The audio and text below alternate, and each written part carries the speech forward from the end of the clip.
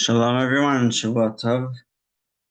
And today we'll discuss how important it is or isn't to pray in a minyan. There's quite a few details, and so we'll try to keep them in line. I'll just say something that Rabbi Melamed doesn't mention here. Rabbi Mordechai Finkelman, who talks about prayer all the time on Torah Anytime, says that the first time that he moved from whatever neighborhood he was in New York to another one, and in that community they were talking, he actually approached his rabbi and asked him if he should, talking during service, sorry, he actually asked him if he should join their minyan or not, and the rabbi suggested that he actually stay home and gather people around who also do not approve of speaking during davening, and they finally, after a couple of years, were able to create their own minyan. So Rabbi Melamed does not mention that, so I'm not sure if it is a priority or not. I think that it's very important. This past Shabbat, there were people talking in our service, and it was hard for me to concentrate. So I think that it's just important to remember that as one of these juggling priorities.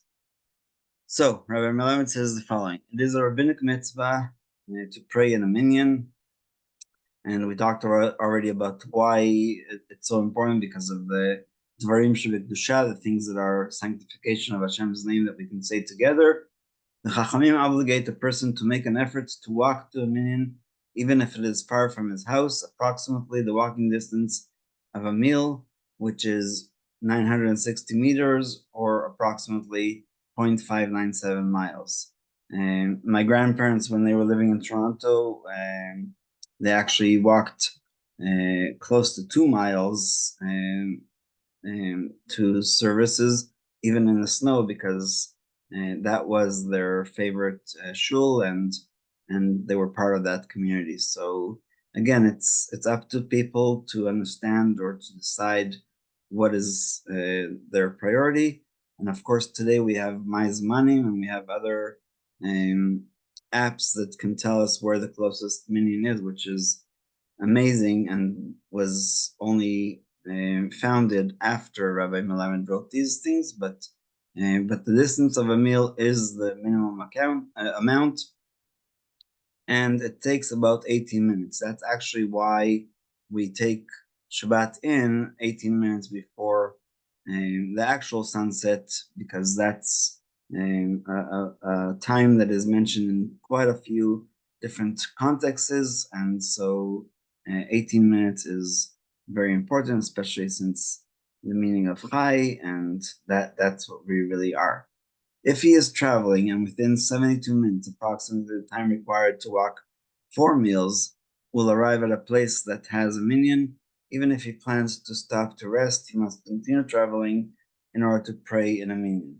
Again, this is when somebody is traveling, and I've seen people pull off to the side of the road on the highways in Israel to pray mincha because the sunset was already approaching. I guess they thought that they will reach their destiny before sunset, but that is really what this point is about: to basically plan your trip, to understand what your limitations are, to understand how far you have to go, and also to know a little bit more about the community you're going to in order to find the fastest and quickest route in order to get there.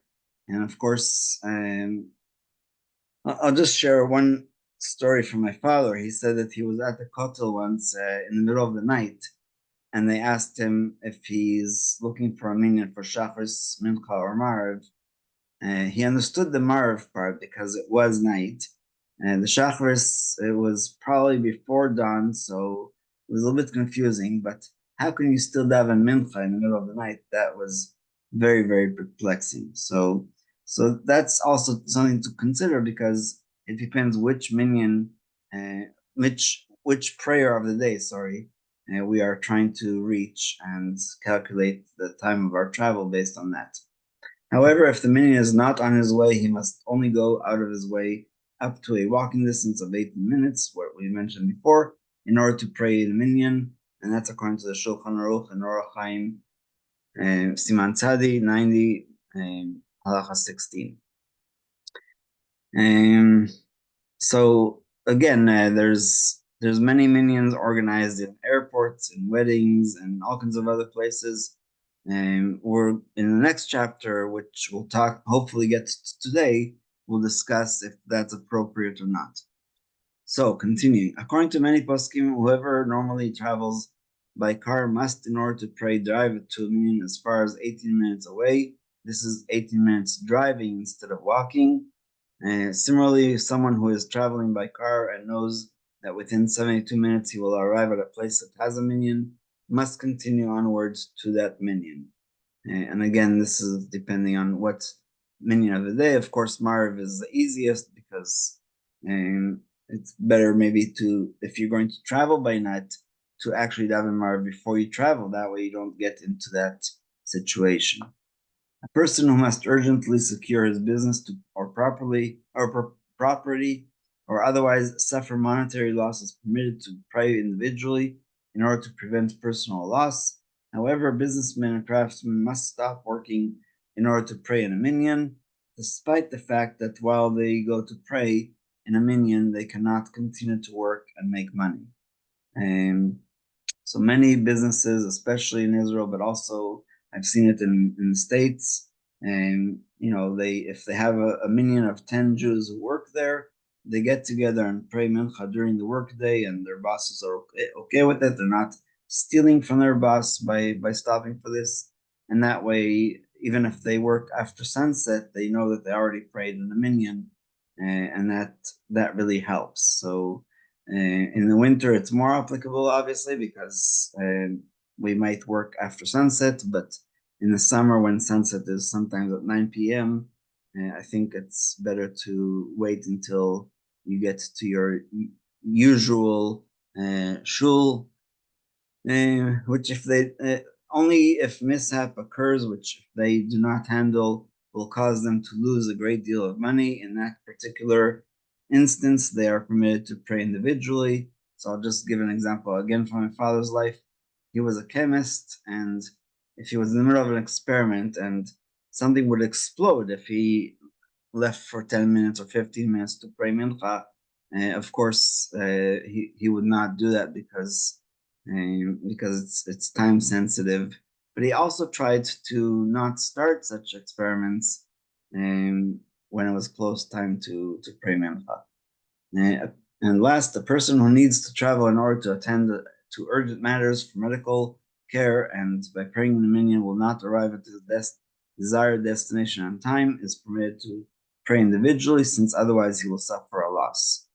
So let's try to talk about things that may come before praying in a minyan. The Talmud records in Tractate of Shavuos, page 33, that Shimon Bar Yochai Rabbi Shimon Bar Yochai and his son Rabbi Eliezer were in a cave for 13 years and did not pray even once because they were learning Torah, and of course they couldn't even reveal themselves, so they were stuck in this cave. And if they ever davened, it was obviously individually and not in a minyan. So that would be a good explanation for this idea of priorities. A person who finds it difficult to have kavanah when praying in the congregation, but succeeds in retaining the basic kavanah with which he fulfills his obligation, must pray in a minyan, even if he concentrates better while praying individually. So the example from Rabbi Finkelman, I think, again, if there's people talking and you know that they're going to be talking, but you can't find any other minyan, according to Rabbi Melamed, it's actually better to pray with them as opposed to praying beichidus. As long as he has kavanah for the first bracha of Shmoneh Esrei, he must pray in a minyan. That's according to the Igros Moshe, who was Rav Moshe Feinstein. And moreover, in the long term, consistent praying with a congregation usually strengthens one kavanah and connection to matters of sanctity.